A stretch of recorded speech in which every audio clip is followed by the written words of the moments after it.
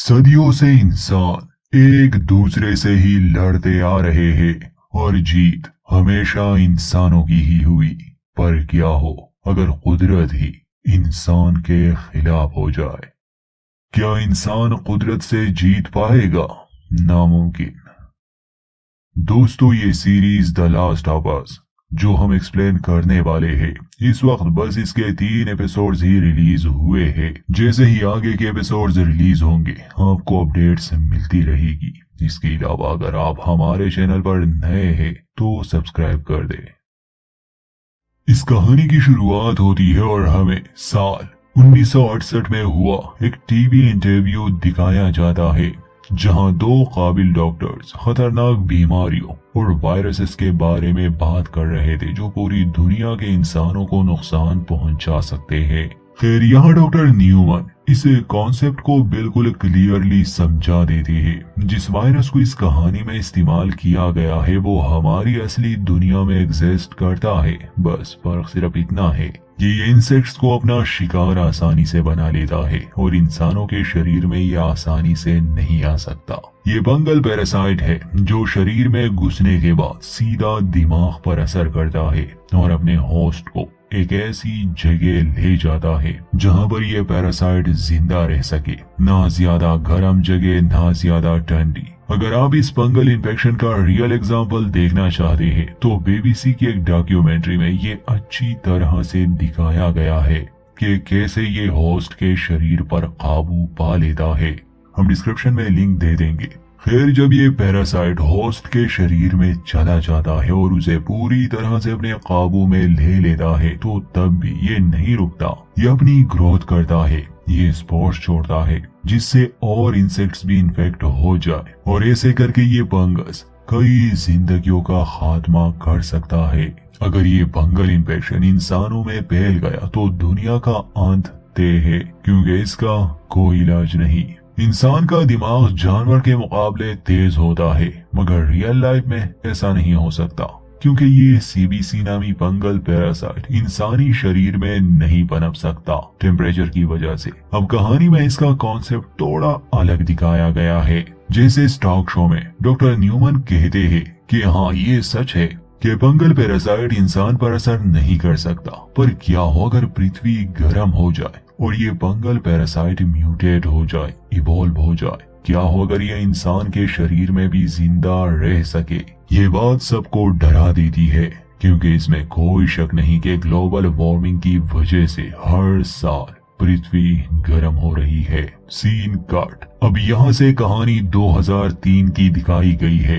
शुरुआत होती है सेरा नामी लड़की से। सेरा अपने पिता जोल मिलर के साथ रहती है। आम दिनों की तरह वो ब्रेकफास्ट करते हैं। शुरुआती बातचीत और सीन से हम ये जान पाते हैं कि मिलर एक अच्छे पिता है, उसका अपनी बेटी सेरा से प्यार है और एक दूसरे का ख्याल रखते हैं। इन दिनों मिलर और उसका भाई टॉमी कंस्ट्रक्शन का काम कर रहे हैं। मिलर का आज बर्थडे है। सेरा अपने पिता से कहती है कि काम से वापस आते समय केक जरूर ले आना, मगर मिलर बर्थडे को लेकर इतना सीरियस नहीं था। मिलर सेरा को स्कूल छोड़ने वाला था, मगर कार में बैठने से पहले ही सेरा चुपके से ड्रॉवर से खराब घड़ी और कुछ पैसे ले लेती है। बाहर आते ही हमें इनके पड़ोसी भी दिखाए जाते हैं, जो एक ओल्ड कपल था। नैनी एक बुजुर्ग और बीमार औरत थी जो व्हील चेयर पर होती थी। ना वो बात कर सकती थी ना चल सकती थी।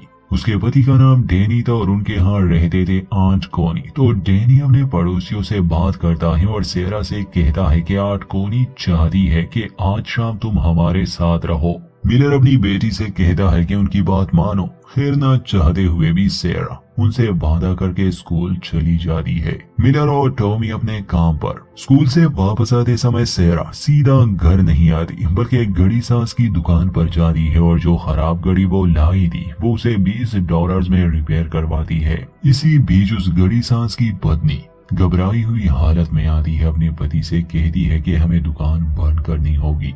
खैर, उसने सेरा की गाड़ी रिपेयर कर दी थी। वो औरत सेरा से भी कहती है कि तुम्हें जल्दी अपने घर जाना होगा। असल में दोस्तों, आज से कई साल पहले डॉक्टर न्यूमन ने जो प्रेडिक्ट किया था वो बात सच होने जा रही है। वो फंगल पैरासाइट समय के साथ म्यूटेट हो चुका है और अब वो इंसानों को भी अपना शिकार बना सकता है। क्योंकि इस पहले एपिसोड में हमें सब कुछ सेरा के नजरिए से दिखाया जा रहा है, तो एक टीनेज गर्ल को सबसे आखिर में पता चलेगा।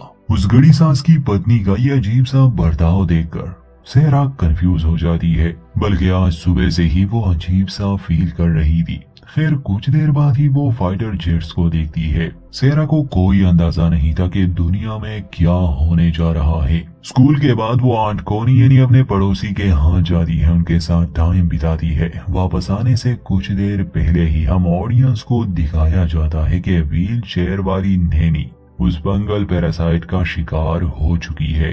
हालांकि उस समय ना तो सेरा ना ही आंट कोनी का ध्यान उस पर जाता है, मगर उनके यहाँ जो डॉग था वो अजीब तरीके से नैनी को देख रहा था। वो समझ चुका था कि अब ये सब के लिए खतरा है। उनके घर से वापस आते समय सेरा एक डीवीडी उधार ले लेती है। असल में ये मूवी मिलर की फेवरेट थी। आज रात जब मिलर काम से घर लौट आता है तो सेरा उसे हैप्पी बर्थडे विश करती है, मगर मिलर केक भूल चुका था। खैर सेरा पहले तो उसे वो घड़ी गिफ्ट करती है जो अब उसने ठीक कर दी थी, और इसके बाद दोनों वो मूवी देखते हैं जो सेरा आंट कोनी के घर से लाई थी। कुछ देर बाद ही सेरा सो जाती है। मूवी देखते समय मिलर को अपने भाई टॉमी की कॉल आती है, जो बताता है कि मेरा बार में किसी के साथ झगड़ा हो गया। गलती मेरी नहीं थी, मगर बाद में पुलिस आई और मुझे अरेस्ट कर लिया गया। तुम आओ और मुझे बेल पर छुड़ाओ। अगर आज तुम नहीं आए तो कल फ्राइडे है और फिर मैं पूरा हफ्ता ही जेल में रहूंगा। सबसे पहले तो वो सेरा को उसके रूम में ले जाता है और उसे बिना कुछ बताए चला जाता है पुलिस स्टेशन। कुछ घंटे बाद शोर की वजह से सेरा की आंख खुल जाती है। वो धमाकों की आवाज सुनती है, हेलीकॉप्टर्स और फाइटर जेट्स की। ऐसा लग रहा था जैसे किसी ने देश पर हमला कर दिया हो। सेरा और भी नर्वस हो जाती है जब वो देखती है कि उसके पिता घर पर नहीं है। उसका ध्यान अपने पड़ोसी के डॉग पर गया जो यहाँ आना चाहता था। सेरा मालूम करना चाहती थी कि आखिर हुआ क्या, इसलिए वो डैनी के डॉग को वापस उनके यहाँ ले जाने की कोशिश करती है, मगर वो डॉग वहाँ नहीं जा रहा था। घबराते हुए सेरा घर के अंदर चली जाती है ताकि वो आंट कोनी से पूछ सके कि ये सब क्या हो रहा है। घर के अंदर जाते ही उसे फर्श पर खून दिखाई दिया और इसके बाद सेरा जो देखती है उसके पैरों तले जमीन खिसक जाती है। वो बीमार नैनी जो व्हील चेयर से उठ भी नहीं सकती थी, उसने डैनी को जख्मी कर दिया था जो जमीन पर पड़ा था और कोनी से वो खून पी रही थी। असल में नैनी पहली शिकार थी। ये पैरासाइट आम इंसान के शरीर में काफी बदलाव भी कर देता है और उसे काफी समय तक जिंदा भी रखता है। जैसे ही इन्फेक्टेड नैनी सेरा की आहट सुनती है तो कोनी को छोड़कर वो सेरा पर हमला करने के लिए भागती है। जान बचाकर सेरा घर से निकल आती है। ठीक उसी समय मिलर और टॉमी भी पहुंच जाते हैं। मिलर अपने बेटी को कार में बैठने के लिए कहता है। पूरे टाउन के हालात काफी खराब हो चुके थे, मगर हकीकत ये थी कि पूरे दुनिया के हालात खराब हो चुके थे। इन्फेक्टेड नैनी जैसे ही इन पर हमला करने के लिए भागती है, मिलर के हाथ में रेंज था जिसे वो उसे मार गिराती है। मिलर और टॉमी काफी कुछ देख चुके थे, इसलिए ये लोग टाउन से ही निकलने वाले थे। हर तरफ भगदड़ मची थी। रात का समय था। कुछ लोग तो ये जानते भी नहीं थे कि हुआ क्या, और दूसरी तरफ से इन्फेक्टेड लोगों का अचानक से हमला। खैर मिलर और टॉमी निकलने की हर मुमकिन कोशिश करते हैं। घबराई हुई सेरा से पूछती है कि आखिर ये सब क्या है। मिलर बताता है कि हमें नहीं पता, पर हो सकता है ये किसी तरह की बीमारी है। सेरा पूछती है कि क्या ये किसी दूसरे देश की तरफ से हमला है, मगर ये लोग श्योर नहीं थे। आगे जाने पर ये देखते हैं कि हाईवे ब्लॉक है, क्योंकि सभी इस जगह से निकलने वाले थे। दूसरी तरफ मिलिट्री थी। ये फिर भी कच्चे रास्ते से निकलने की कोशिश करते हैं, मगर भीड़ में फंस जाते हैं। इस बीच हमें दिखाया जाता है कि कैसे ये बीमारी तेजी से फैल रही है। बीमार लोग आम लोगों पर हमला कर रहे हैं। देखते ही देखते पास ही एक पैसेंजर प्लेन क्रैश हो गया, जिसकी वजह से इन लोगों की गाड़ी भी उलट गई। कुछ देर बाद जब सेरा को होश आता है तो उसके पिता उसे कार से बाहर निकाल लेते हैं, मगर अब हर तरफ इन्फेक्टेड लोग थे। इसलिए इन्हें एहतियात करनी थी। सेरा चल नहीं पा रही थी, इसलिए मिलर उसे गोद में उठा लेता है। एक जगह टॉमी फंस गया, उसके पास गन थी। वो कहता है कि तुम लोग जाओ, निकलो यहाँ से, मैं कोई ना कोई रास्ता ढूंढ लूंगा। सेरा को लिए मिलर अब एक गली से गुजर रहा था तो उसका सामना बीमार लोगों से होता है, जिसमें से एक इन्हें देख लेता है। अब मिलर सेरा को लिए उससे भागने लगा। भागते भागते गोली चलती है और वो इन्फेक्टेड आदमी वही ढेर हो जाता है। मिलर और सेरा देखते हैं कि ये मिलिट्री वाला था जिसने इनकी मदद की। मिलर उसे बताता है कि हम बीमार नहीं है, ये मेरी बेटी है और एक्सीडेंट के कारण इसे चोट आई। पहले तो वो सैनिक इन्हें रेस्क्यू करने वाला था, मगर जब वो अपने कमांडिंग ऑफिसर को ये खबर देता है तो वो इस सैनिक को साफ आदेश दे देता है कि किसी को भी जिंदा मत छोड़ो। मिलर समझ जाता है, वो उस सैनिक से रिक्वेस्ट करता है कि हम बीमार नहीं है। जैसे ही वो गोली चलाता है मिलर और सेरा गिर जाते हैं। वो सैनिक आगे आता है, उससे माफी मांगता है और जैसे ही वो गोली चलाने वाला था पीछे से टॉमी ठीक समय पर पहुंच जाता है। वो सैनिक को शूट कर देता है। जब मिलर सेरा को लेने गया तो असल में गोली उसे लगी थी और अब वो मर रही थी। मिलर उसे बचाने की बहुत कोशिश करता है मगर थोड़ी देर बाद ही वो मर जाती है। मिलर सेरा के कोने पर रोता है और अब कहानी 20 साल आगे आती है। ये साल है 2023। दुनिया वैसे नहीं रही। उस बीमारी की वजह से सब तबाह हो गया। बचे कुचे इंसान अब क्वारंटीन जोन में रहते हैं जो मिलिट्री के कंट्रोल में है। इन्फेक्टेड लोग अब भी है। वो फंगल पैरासाइट अब पूरी दुनिया में फैल चुका है। इंसानों को अब इस तबाहशुदा दुनिया में जीने की आदत सी हो गई थी। क्वारंटीन जोन में मिलिट्री का कंट्रोल होता था। उनके सख्त नियम थे, अगर कोई नियम तोड़ता तो उसे सजा दी जाती। बहुत से लोग काम करते और काम के बदले उन्हें खाना मिलता। 2023 टाइमलाइन की शुरुआत होती है और हमें एक बच्चा दिखाया जाता है जो बोस्टन के क्वारंटीन जोन में आ जाता है। वो काफी थका हुआ था, कमजोर लग रहा था। आते ही मिलिट्री वाले, जिन्हें इस कहानी में पेड्रा कहा जाता है, वो इस बच्चे को अंदर ले जाते हैं, इसकी जांच करते हैं। उनके पास जो डिवाइस थी उस पर रेड कलर शो होता है, इसका मतलब कि बच्चा इन्फेक्टेड है। खैर पेड्रा की एक सोल्जर उस बच्चे को झूठी उम्मीदें देती है कि हम तुम्हें बस एक इंजेक्शन लगाने वाले हैं और उसके बाद तुम अपना मनपसंद खाना खा सकते हो, मगर असल में वो इस बच्चे को मार देते हैं। इसके बाद कहानी का मेन कैरेक्टर मिलर दिखाया जाता है जो इसी क्वारंटीन जोन में रहता है। पिछले 20 साल से वो यहीं पर रह रहा है। टॉमी भी जिंदा है मगर वो यहाँ नहीं है। अब मिलर पहले जैसा नहीं रहा था। सेरा के मौत के बाद वो बदल सा गया था। इस क्वारंटीन जोन में वो पेट्रा के लिए काम भी करता, मगर वो एक स्मगलर भी था। खैर पहले तो हमें दिखाया जाता है कि वो कुछ इन्फेक्टेड लोगों की लाशें जला रहे थे। तभी एक ट्रक आता है जिसमें उस बच्चे की लाश भी थी जो हमें शुरू में दिखाया गया। काम करने वाली एक औरत तो उस बच्चे को आग में नहीं फेंक पाती, मगर मिलर, जिसमें कोई जज्बात ही नहीं थे, वो खुद उस बच्चे की लाश को आग में फेंक देता है।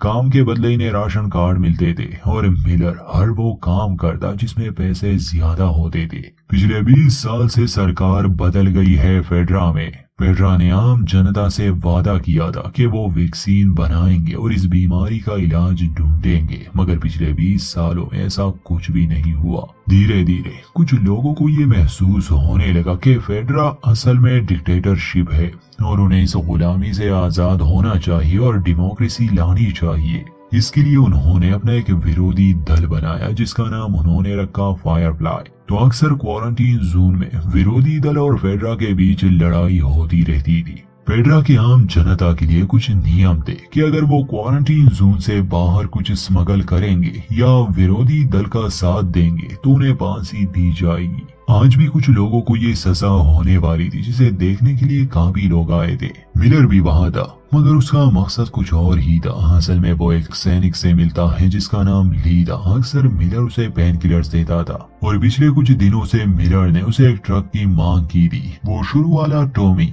जो मिलर का भाई है, पहले तो वो मिलर के साथ संपर्क में था, मगर कुछ दिनों से उसे टॉमी की कोई खबर नहीं आई, इसलिए मिलर को अपने भाई की फिक्र होने लगी थी और उसकी मदद के लिए वो इस क्वारंटीन जोन से बाहर जाने वाला था। ली ने ट्रक देने का वादा किया था, मगर एक समस्या थी कि ट्रक बिना बैटरी के नहीं चलने वाला और बैटरी उसके पास नहीं थी, तो बैटरी को मिलर कहीं और से ढूंढने वाला था। हाल ही में मिलर और उसकी गर्लफ्रेंड टेस एक डीलर से बैटरी की डील में लगे थे। दोनों का बोस्टन से निकलने का प्लान था, मगर अब चूंकि दुनिया वो नहीं रही, सप्लाईज की बहुत कमी है, तो एक मामूली सी बैटरी पाना भी काफी मुश्किल था। दूसरी तरफ हमें टेस दिखाई जाती है जो रॉबर्ट से डील करने गई थी, मगर रॉबर्ट नामी डीलर ने बैटरी की डील अब किसी और से की। इस वजह से दोनों के बीच झगड़ा हुआ। रॉबर्ट के लड़कों ने टेस को मारा पीटा, जिससे उसका चेहरा भी जख्मी हो गया। जख्म के निशान साफ नजर आ रहे थे।